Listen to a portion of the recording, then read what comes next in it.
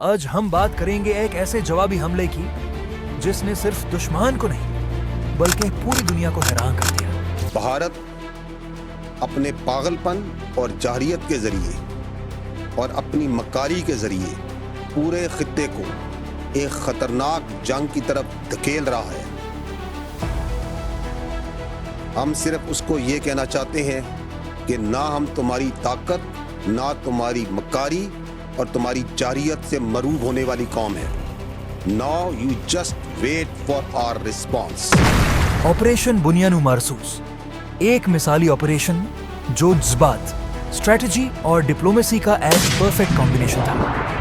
ये ऑपरेशन एक जवाब था उन हमलों का जो मई को इंडिया ने पाकिस्तान के अंदर किए। मस्जिदों को निशाना बनाया गया और कहा गया कि ये टेररिस्ट हाइड आउट्स हैं। लेकिन पाकिस्तान ने जवाब देना था, लेकिन सिर्फ गुस्से में नहीं बल्कि पूरी सोच समझ के, पूरी प्लानिंग के साथ। इस ऑपरेशन का नाम बुनियानु मरसूस सूरह अस-सफ से लिया गया। इन्ना अल्लाह युहिब्बुल लज़ीना युकातिलूना फी सबीलिही सफ़ान काअन्नहुम बुनियानुम मरसूस, यानी अल्लाह उन लोगों से मोहब्बत करता है जो उसकी राह में इस तारा की ताल करते हैं जैसे एक मजबूत दीवार स्टील की तार। ये सिर्फ एक नाम नहीं था, ये एक पैगाम था कि हमारा मिशन सिर्फ सियासत या बॉर्डर्स के लिए नहीं बल्कि हक और सच के लिए है। ऑपरेशन का आगाज 10वें मई सुबह के वक्त हुआ। पाकिस्तान ने मल्टी लेयर्ड स्ट्रेटजी सबसे पहले JF-17 थंडर जेट्स ने Indian air defence systems specially S-400 को एंगेज किया। उसके बाद साइबर अटैक हुआ जिसमें इंडिया के सर्वेलेंस कैमरास और ग्रिड स्टेशंस को डिसरप्ट किया गया ताकि उनका रेडर सिस्टम अंधा हो जाए। अब वक्त था असली जवाब का। पाकिस्तान ने लॉन्च किया अपना पावरफुल मिसाइल सिस्टम फातह-1 और फातह-2 जो 400 to 450 किलोमीटर तक निशाना बना सकता है। इन मिसाइल्स में इनर्शियल नेविगेशन सिस्टम और सैटेलाइट गाइडेड प्रिसीजन थी। इसका सर्कुलर एरर प्रोबेबिलिटी सिर्फ 30,000 मीटर था, यानी टारगेट पे सीधा असर।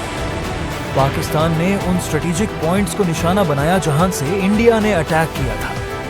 सबसे पहले ब्रह्मोस मिसाइल डिपोट्स को डिस्ट्रॉय किया गया। ये वही मिसाइल्स हैं जो इंडिया रशिया पार्टनरशिप से बने और जो सुपरसोनिक स्पीड से चलते हैं।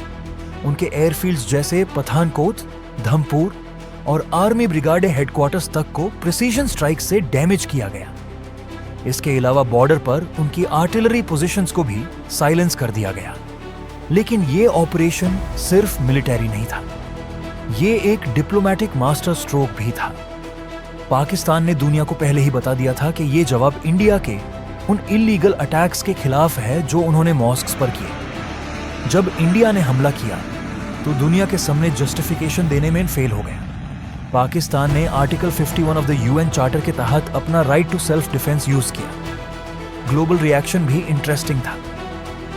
यूरोपियन यूनियन, गल्फ कंट्रीज और इवन G7 मेंबर्स ने डे एस्केलेशन का मशवरा दिया।